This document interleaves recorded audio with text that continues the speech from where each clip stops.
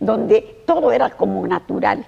Yo recuerdo que para lavar los pisos de madera, que eran unos pisos especiales de pino, de cedro, había un pescado que tenía una capa que le llamaban levisa.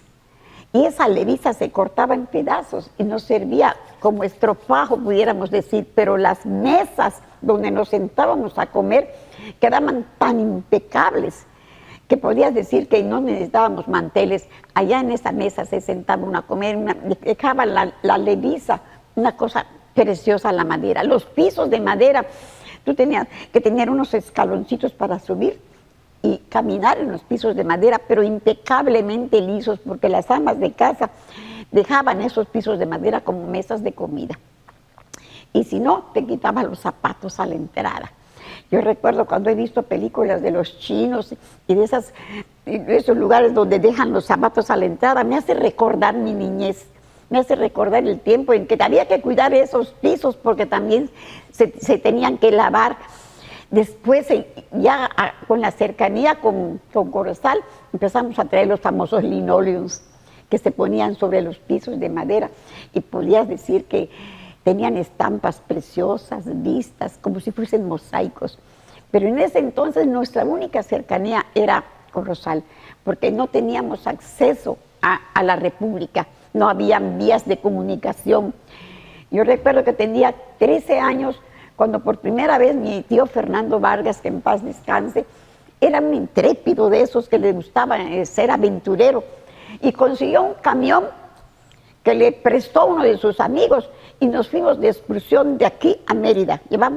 Recorrimos 3 días, a vuelta de rueda. Hubo tramos de Chetumal a Mérida. De Chetumal a Mérida. Hubo tramos en que íbamos más rápido a pie que en el camión. Y fue una cosa impresionante. Tardaron 3 días en 3 días para llegar de Chetumal a Mérida. Pero era la primera vez que él se había atrevido a hacer una excursión para llevarnos hasta Mérida, porque recuerdo que antes de eso, o más adelante, perdón, llegábamos hasta Peto. Y en Peto ya había trenes para poder ir hasta la ciudad de Mérida.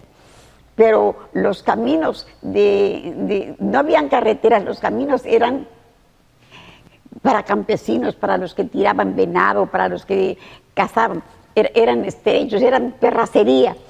Y a veces ni siquiera terracería, eran caminitos a machetazos haberse hecho, ¿no? Y Chetumal, más de eso, yo quiero contarles mi impresión.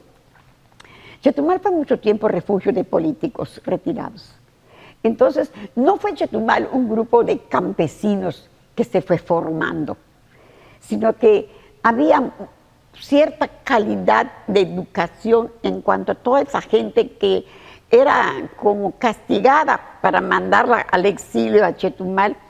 Entonces hubieron cabezas inteligentes, gente que se formó, que se ocupó de que hubiera una escuela, que se ocupó de que se trabajara para una secundaria, que se unió como sociedad, como padres de familia, para pugnar por una educación más elevada.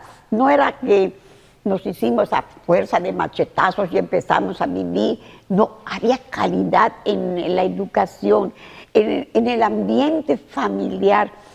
Yo le contaba hace unos días a un amigo querido, que tú me presentaste casualmente, que era tan lindo de esa comunidad ambiental, que si una parienta o una vecina tenía una angustia, tenía un problema familiar, tenía una necesidad, todo el barrio iba y se juntaba y la apoyaba.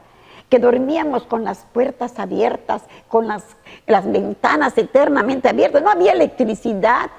En la época de don Margarito Ramírez nos prendían la luz a las 6 de la tarde y a las 11 de la noche nos la apagaban.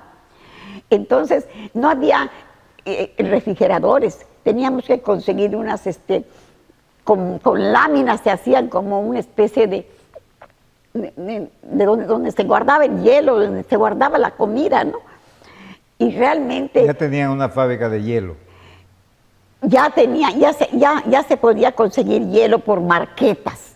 No te vendían el hielo así embolsado, no. No, y además se ve una tarda muy marqueta poco de el hielo hielo, ibas, embolsado. tú comprabas tu marqueta, la ponías y si tenías un poco de pescado o un poco de carne de unos conservabas. días se podía guardar, ¿no?